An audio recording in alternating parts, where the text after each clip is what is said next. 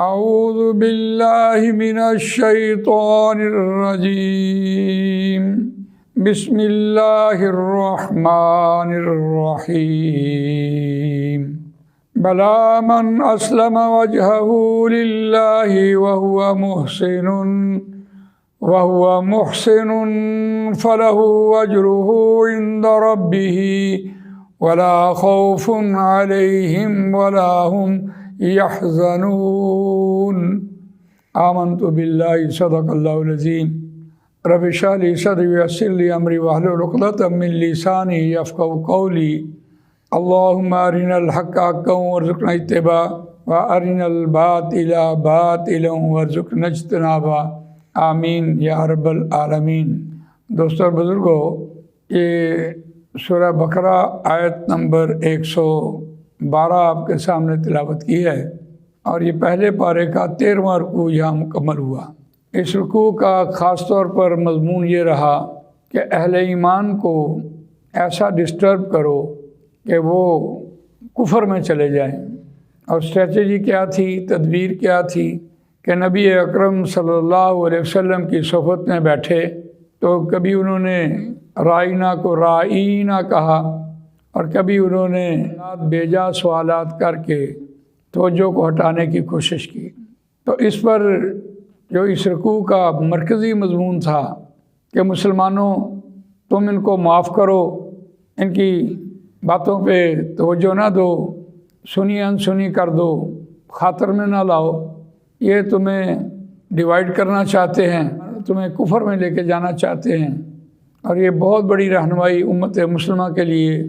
اور اس رکوع کی آخری آیت، اس کا روان ترجمہ سنیے، بلا من اسلم وجہہ للہ وہو محسن، بلا بلکہ جس کسی نے فرما برداری اختیار کی، جس نے اوبے کر لیا، جس نے تابعداری اختیار کر لی، جو کوئی جھک گیا، جو کوئی سرنگوں ہو گیا، جس نے سر تسلیم خم کر لیا، وجہہ اپنے چہرے کو جھکا دیا، وہو محسن اور وہ احسان کرنے والا ہے، فلہ اجرہ عند ربہ پس اس کا بدلہ اس کے رب کے پاس محفوظ ہے، ولا خوف علیہم ولا هم یحزنون اور نہ انہیں کوئی خوف ہوگا اور نہ وہ غمگین ہوں گے۔ روان ترجمہ آپ نے سنا۔ اس روان ترجمے میں جہاں بھی قرآن مجید نے کہیں جملہ اسمیہ بولا، اس کا مطلب ہے بات اتھینٹک ہے، بات فکس ہے، کوئی گنجائش باقی نہیں۔ تو دیکھیے، اہل ایمان کو جو رہنمائی دی جا رہی تھی، وہ کہا یہ جا رہا تھا کہ تم سنی انسنی کرو اور نماز کو قائم کرو اور زکوٰۃ دو، اور جو تم اپنی جانوں کے لیے آگے بھیجو گے تم اللہ کے ہاں اس کا اجر پاؤ گے۔ بہت خوبصورت بات یہاں کہی کہ جو تم نماز میں وقت دیتے ہو اس وقت کی اللہ قدر کرتا ہے، اور وہی وقت اگر تم دنیا میں مال کماؤ تو جتنا نفع تمہیں ملے گا اس مال کو اللہ نے اپنے اوپر قرض حسنہ سمجھا، وَأَقْرِضُوا اللَّهَ قَرْضًا حَسَنًا، اور ساتھ ہی تلقین کی کہ تم سنی انسنی کرو۔ اور اس آیت نے کہا کہ اپنے آپ کو سر تسلیم خم کرو، اور جس کسی نے یہ روش اختیار کی اللہ نے اس کا احسان مانا۔ اللہ احسان مانتا ہے، اللہ اس کا شکر گزار ہے، اللہ اس کا قدردان ہے، وہ احسان کرنے والا ہے۔ ایک اپنی ذات اللہ کے حضور سرنگوں کر دی، بچھا دی، تابعداری کی، حکم مانا، اور پھر اس نے احسان کیا۔ اگر تو احسان انسانیت کے مابین ہے تو یہ بہت بڑا انعام ہے کہ وہ دوسرے انسانوں کو ان کے لیے خیر خواہ ہے، جو فن اس کے پاس ہے وہ اپنا فن دوسرے کو دیتا ہے۔ یاد رکھیے، احسان جتلانے والا اور احسان فراموش، ان دونوں کو جنت کی ہوا نہیں لگے گی۔ احسان چوٹی ہے، ایک تقوی ہے، وہ انسان کی اپنی ذات اور پھر دوسروں کی خیر خواہی، اور اس میں اپنی لالچ نہ ہو، تو ان کا احسان مند ہے۔ قرآن مجید میں وہ لوگ جنہوں نے غزوہ احد کے بعد، زخم کھانے کے بعد بھی نبی اکرم صلی اللہ علیہ وسلم کا کہا مانا، ان کو اللہ نے احسان کے درجے میں رکھا۔ الذین استجابوا للہ والرسول من بعد ما اصابہم القرح للذین احسنوا منہم واتقوا اجر عظیم۔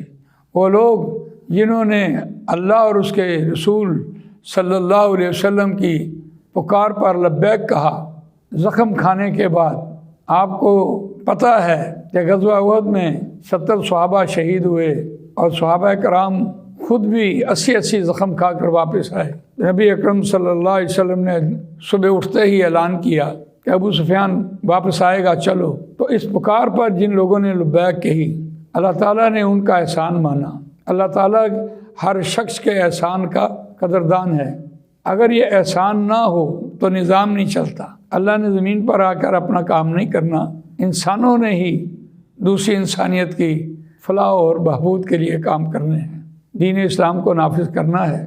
تو یہاں یہ بات کہی جا رہی تھی کہ جو لوگ اس روش پر کاربند ہو گئے اور ان کا بدلہ اللہ کے پاس ہے، ولا خوف علیہم ولا ہم یحزنون، اور نہ انہیں کوئی خوف ہے اور نہ وہ غمگین ہوں گے۔ یہ ایک بہت بڑی بشارت دی احسان کے حوالے سے۔ اس کی کلائمیکس ہے اس آیت کی، سورہ لقمان آیت نمبر 22، وَمَن يُسْلِمْ وَجْهَهُ إِلَى اللَّهِ، اور جو کوئی سر تسلیم خم کرے، اپنے چہرے کو جھکا دے، إِلَى اللَّهِ، اللہ کی طرف، وَهُوَ مُحْسِنٌ، اور وہ احسان کرنے والا بھی ہو، فَقَدْ اسْتَمْسَكَ بِالْعُرْوَةِ الْوُثْقَىٰ، تحقیق وہ چمٹ چکا ایک ایسے کنڈے سے، اب وہ کنڈا اس سے چھوٹنے والا نہیں اور نہ کنڈا اس کو چھوڑ رہا ہے۔ یہ بہت بہترین تمثیل ہے۔ جیسے ایک شخص ہے، اگر کہیں وہ بحری جہاز میں سفر کرتا، اوپر والی منزل سے پانی میں گرنے لگے تو اس کے ہاتھ میں کوئی کنڈا آ جائے، جان چلی جائے لیکن کنڈا نہیں چھوٹتا۔